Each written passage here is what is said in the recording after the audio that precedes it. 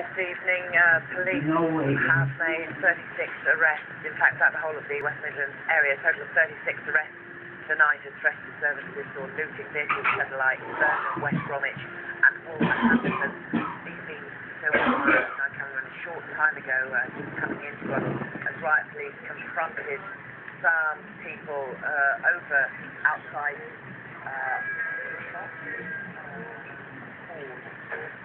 over there, lengthy discussions with some of the people there, and arrests appear to have been made there. That's the latest from Birmingham. Over to Manchester.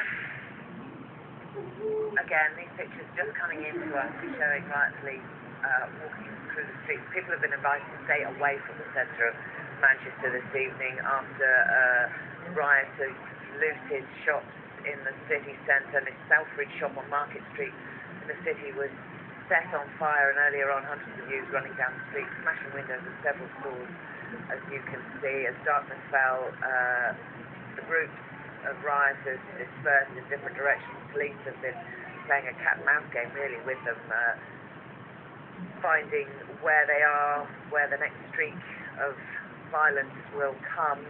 The Arndale Centre in Manchester, it actually shut early today, but was still targeted earlier on. I spoke to the manager of the centre, Glenn Bartworth.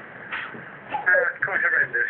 Obviously the pictures that you've been seeing on TV tell a hell of a story. On the ground, excuse me, but from about 5 o'clock, or just prior to that, all communication has been through Greater Manchester Police, who have been, I could say, brilliant in terms of their communication with us. Plans throughout the day have been put in place for this very incident, and obviously what we had to ensure was the safekeeping of public and staff in the area. This was achieved by early closure, and certainly the major units that were under threat, such as the sports shops, the electrical goods shops, the jewellers, etc., we managed to close them and get the staff out by 5 o'clock. The main centre was due to close at 8 o'clock, but we brought that forward to 6 o'clock, and at 5:30 the rioters commenced. Certainly the first one to be hit was in New Cathedral Street, where they left the doors in a million fragments of glass. As they entered, they saw that the actions that were taken in terms of removing the stock and putting it into the rear storage area, so there was no stock to be taken at all. So in that frustration, they then moved on to other targets. JD was their next target and came into the centre. I witnessed what was going on from an upper level, and to see the public having to flee in terror as the units were bounding at the centre was a sight I don't want to see repeated ever again. They then hit the JD areas, but by that time the shutters were down and the staff were away off safe. So again, more frustration. Sometime later, we saw the effects of that frustration in terms of the... that was Glenn Bartworth who was talking to us earlier. We can take you straight live to Manchester. Mike McCarthy coming events for us. What's happening, Mike? Yes, well, just as you join us, we've seen people trying to break in once again to the shop that we mentioned earlier, Jetta. So you can probably see now they've picked up a metal barrier and they're trying to smash their way through the door.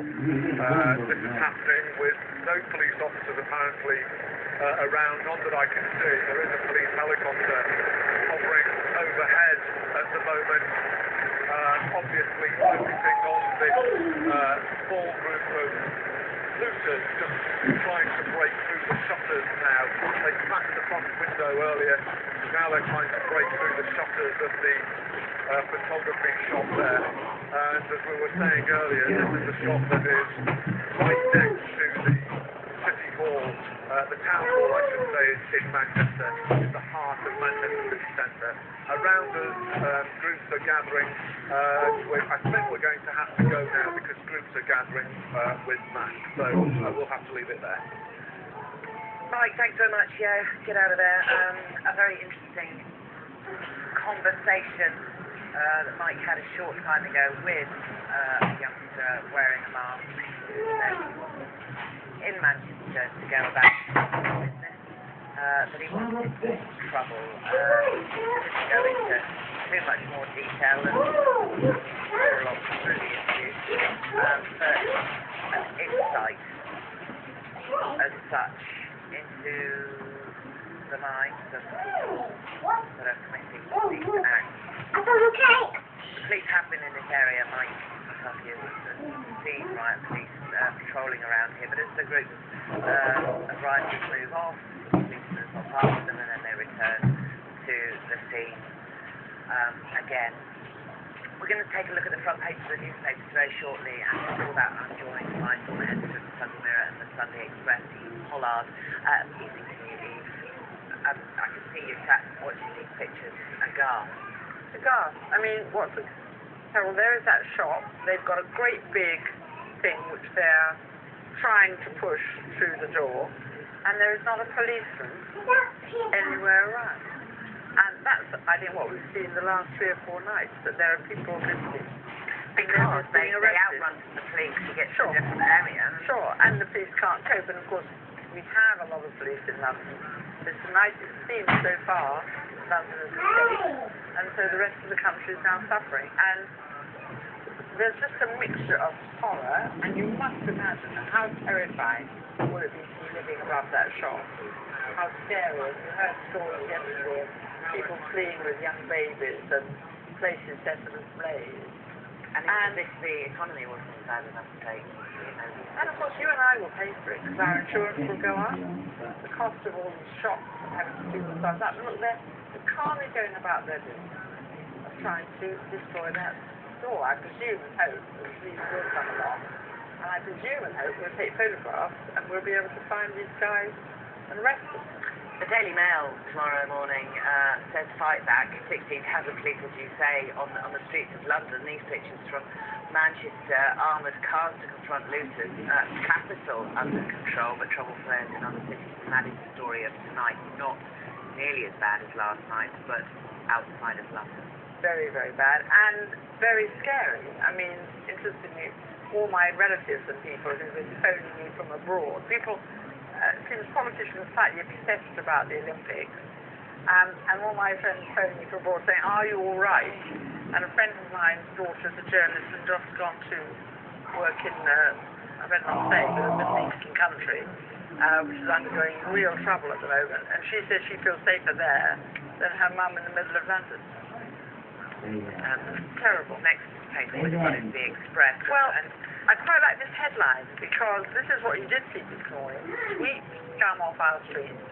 People clearing up, sorting out, getting rid of burnt out cars, and shows there is a community, there is a good spirit left, but it's been ruined by these individual, I have to say, young boys. Not being sexist here, but I don't see young girls. There were a few actually. There were a few last night. And there were a few earlier in the week, Tottenham and places. And they do show that there are people who went out with their mops and their brooms and all the rest of it and cleaned up. Which is quite a nice story, really. Actually, mentioning that, the picture there on the Express is from Clapham this morning, and I've seen messages on social networking sites already arranging a clean-up in Manchester, and in Birmingham, and Salford, Baltimore, and something after, So that it does give you some heart, but it does make you look at where we've gone wrong and what we're going to do, because these are boys, there's enough of them to be a big problem. And the Daily Telegraph has headline, Anarchy Spreads, and of course it is anarchy. This idea that this is being done for some political movement is, so that you can see, slightly mad. I mean, they're not, they're going after things they want. Mike McCarthy interviewing term him a rioter, a youngster who could only swear and had his face completely covered. Why are you doing it? Because I can. I mean, there is no... There is I would bet that 50% of these boys who are doing this have no involved father in their lives. I would bet that probably 50% have had a few drinks before they went out. And I would bet that what is the problem, and if you have sons or grandsons, I have both, they need an adventure, boys. They need to run. They need to test themselves. And they have so opted or been allowed to opt out of school. When is the government ever going to upset that it's probably them why they're doing it. Gives them any sense of But will they have some responsibility for fucking his country up? that this is all that's left to them.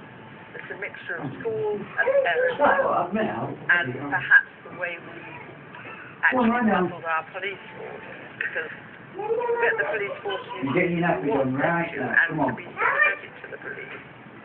I think they've been very, very gently for the last few years. So bashed in the past. As the Independent said, it isn't like that anymore. We will fight fire with fire.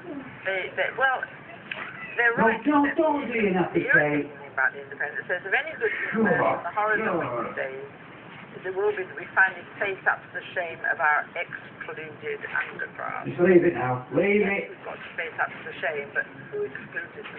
They excluded No, them. right.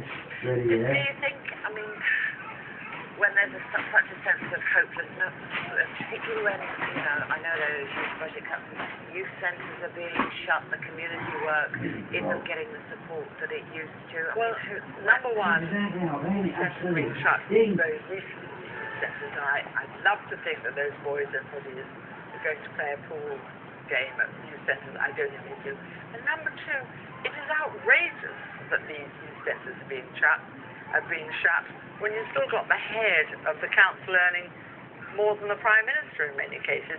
There are many, many, many more things they could close and limit before they shut youth centres. If we go from one extreme to the other, because, you know, there was a time I remember where we hugged a fuzzy and the middle class bent over backwards to integrate, to make life better, and certainly the government state did as well, and then it seems to flip-flop.